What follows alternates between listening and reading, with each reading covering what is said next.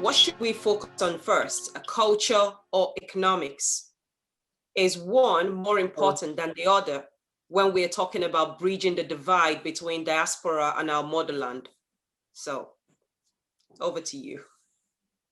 To me, I would definitely say culture, because economics is a byproduct of culture. It is, I always say money is a byproduct of creating greatness, right? When a culture as a whole is productive, the economy is like ignited. And if a culture also is uniform, it benefits the economy. We see it in examples, let's say Singapore, it's like 80 years ago, it was a jungle, and I love the jungle, nothing against the jungle, but we also see what the state has accomplished. Back then, Lee Kuan Yew would go to Kwame Nkrumah for advice. Okay, so that's when these two places could have been on equal playing field. Obviously, Lee Kuan Yew is, we won't use the term dictator because it's in Asia, but theoretically, he's been there for decades. So in Africa, we then have constant destabilization. Governments are, be turned over, because obviously the Western world has a whole different interest in any African country than it has in Singapore, who don't even have water, who have zero resources, nothing. But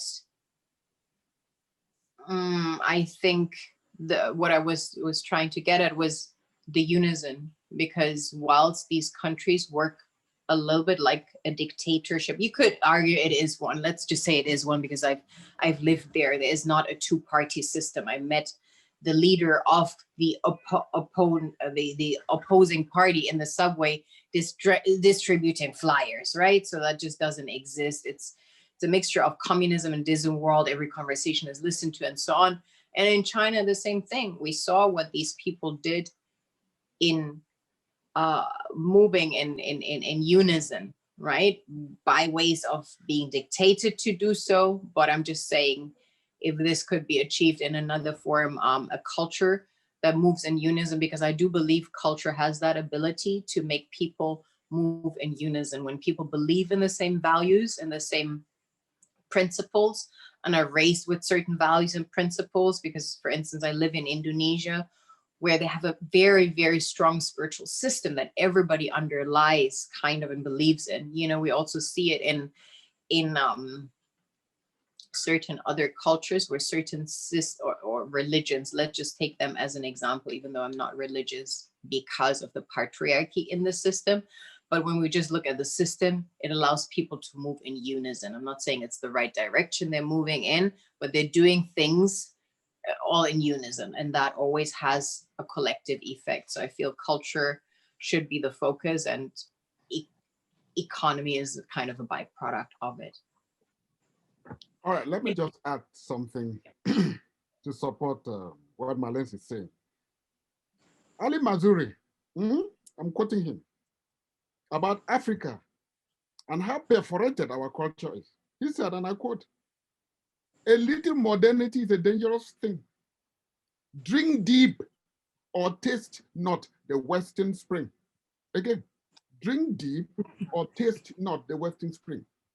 What is African culture in Africa? What is even going to be, who is going to be an African? What will constitute an African in the next 10, 20, 30 years? When we are all drifting toward Western culture. I think you just inspired me to go deeper, because we have to ultimately, and I know this will raise a lot of objections, because I just presume that a lot of you are religious, but religion must fall in order for the African spirituality to arise. Because if you worship another god, ultimately in African ancient, call it spiritual systems, because religion, I feel, it doesn't need those labels, right? Evolved spiritual people do not need these labels. But the aim was to become God, to emulate, to recognize the God within you. And whether you look at Yoruba spiritual systems, whether you look at Congolese spiritual systems, whether you look at ancient Kemet, where it's obviously documented and etched in stone, you emulate it and awaken the Christ within, right? So now we're having blonde, blue-eyed, some bleeding boy on a cross, that should be what you worship and you try to emulate. That already doesn't go together, right? To awaken the African God, I think, would be the first step towards greatness, because without your inner God head being awakened, there is no such thing as greatness. And you hanging somewhere bleeding and idolizing that what is not you, what oppresses you, that is the greatest oxymoron. And people constantly have to live an internal lie in order to justify that to their own soul, spirit, brain. It's a hypocrisy. And as long as people live within that hypocrisy, Africa will never be great. Because you see China don't worship no blue-eyed God. Chinese even have facilities, correction facilities. I'm not saying I support that. People should have the choice, but they correct that. They think it's a mental disease when people worship something that's not of their culture, right?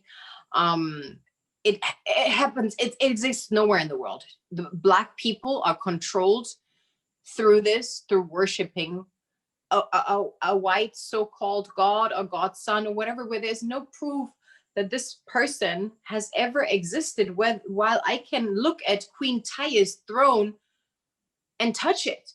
And the woman lived 2,000 years before. And you want to tell me we don't even have a thread of Jesus' cloth, but we have Queen Taya's grandson's golden slippers. We have his walking stick. These people were 1,000 years before Christ. Why don't we use this as a reference point for our greatness and think, okay, maybe these people did one or two things right? But no, there comes another Italian overgrown fetus who now wants to tell the Black man, you're no longer God.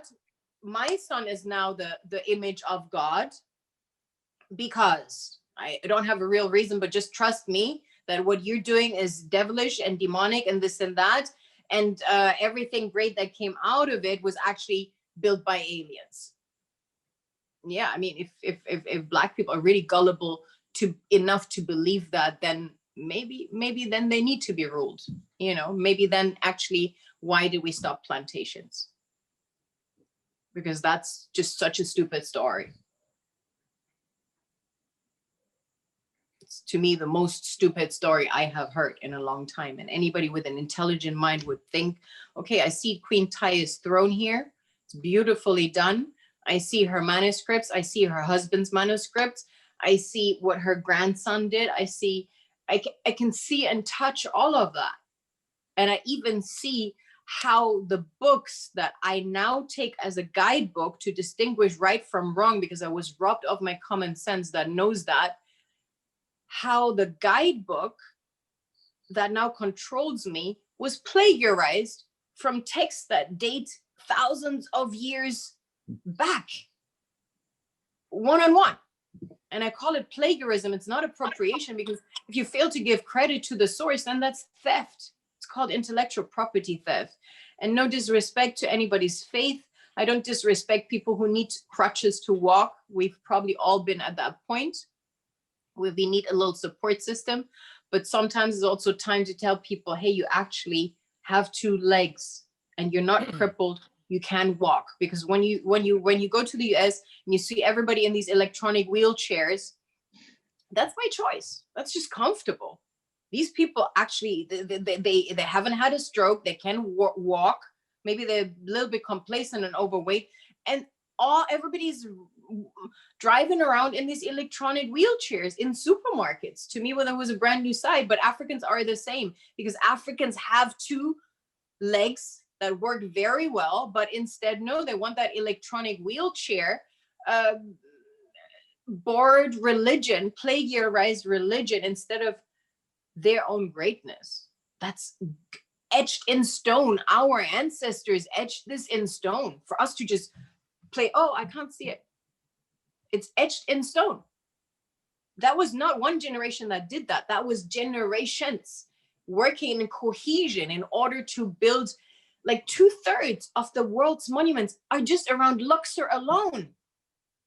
Like the generations, the brain pool that went into that for us just to pretend it doesn't exist and read some Italian boy's book that a Jewish publishing company is banking on because it's like the most published book in the world. Like, wow. I think it's time to stop pressing snooze and recognizing, hey, maybe the alarm is actually ringing.